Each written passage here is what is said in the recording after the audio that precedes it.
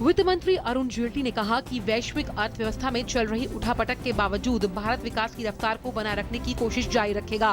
वित्त मंत्री ने कहा कि सरकार काले धन के मुद्दे पर नरम रुख नहीं अख्तियार करेगी। जेटली ने उम्मीद जताई कि 1 अप्रैल 2016 से देश में जीएसटी लागू हो सकता है, क्योंकि ज्यादातर राजनीतिक दल जीएसटी के मुद्दों पर सहमत हो चुके हैं। गृह मंत्री राजनाथ सिंह ने सीआईएसएफ समेत अर्धसैनिक बलों में महिलाओं को 33% आरक्षण लागू करने का ऐलान किया है। राजनाथ ने कल सीआईएसएफ के training centre national industrial security academy में पासिंग आउट परेड के दौरान यह प्रतिबद्धता दोहराई। गृह मंत्री ने अर्धसैनिक बलों से मौजूदा दौर की चुनौतियों का डटकर सामना करने के लिए तैयार रहने का आह्वान किया। राष्ट्रपति प्रणब मुखर्जी आज इसरो को अंतरिक्ष प्रौद्योगिकी और उपग्रह आधारित सेवाओं के माध्यम से देश के विकास में योगदान के लिए 2014 का गांधी शांति पुरस्कार प्रदान करेंगे। यह पुरस्कार अहिंसा और अन्य गांधीवादी तरीकों से सामाजिक, आर्थिक और राजनीतिक बदलाव की दिशा में योगदान देने वाले व्यक्तियों और संस्थाओं को दिया जाता है।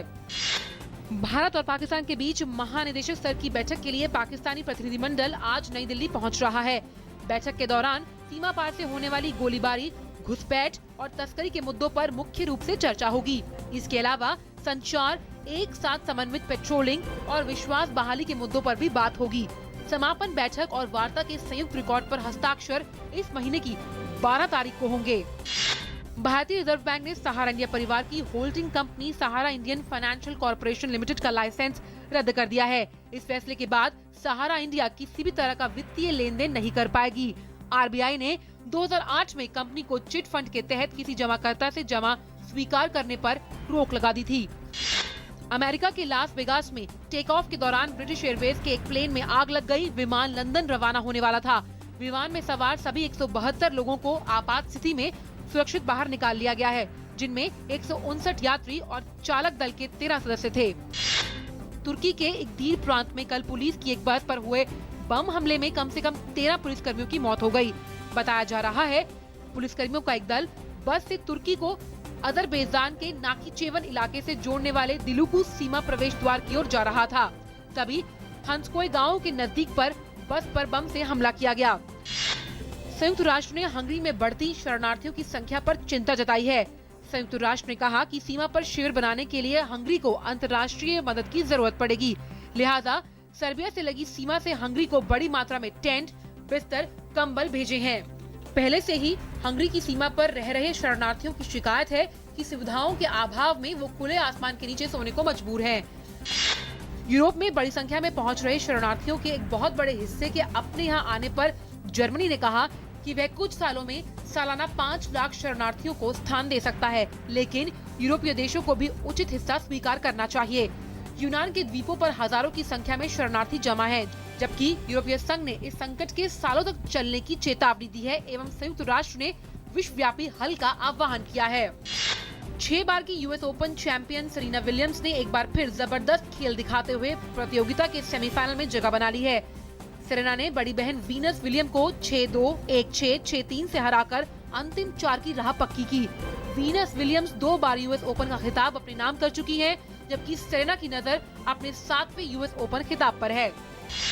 शीर्ष वरीयता प्राप्त नोवाक जोकोविच ने 18वीं वरीयता प्राप्त स्पेन की फेलिसियानो लोपेज को 6-1, 3-6, 6-3, 7-6 से हराकर सेमीफाइनल में प्रवेश कर लिया।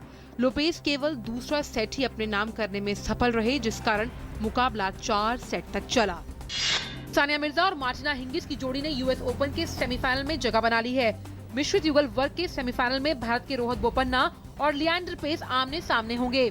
पेस और हिंगिस ने सिमोना हालेप और होरिया टिकाओ को हराकर अंतिम 4 में जगह बनाई। वहीं बोपन्ना ने अपनी जोड़ीदार चीन ताइपे की जोड़ीदार युआंग जान छान के साथ मिलकर सू वेई सी और हेनरी कॉन्टिनेंट की जोड़ी को हराया।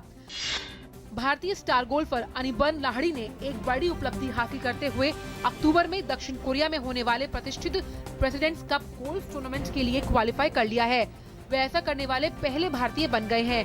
विश्व रैंकिंग में देश के number 1 golfer Lahiri Presidents Cup golf tournament में अमेरिका के खिलाफ अंतर्राष्ट्रीय टीम के लिए खेलेंगे। भारतीय दल के अगुवा योगेश्वर दत्त को घुटने की चोट के कारण लास वेगास में चल रही विश्व कुश्ती चैंपियनशिप से मजबूर होकर हटना पड़ा। योगेश्वर भारतीय दल के साथ लास वेगास चले गए थे, लेकिन चैंपियनशिप के चिकित्सकों ने उन्हें 100% फिट नहीं पाया। इसके बाद उन्हें पुरुषों के 65 किलोग्राम से हटने की सलाह दी गई। भारतीय फुटबॉल टीम का लचर प्रदर्शन ईरान के खिलाफ भी बदस्तूर जारी रहा और एक तरफा मैच में 0-3 से उन्हें हार का सामना करना पड़ा, जो उसकी फीफा विश्व कप 2018 की क्वालिफाइंग मुकाबले में लगातार तीसरी हार है।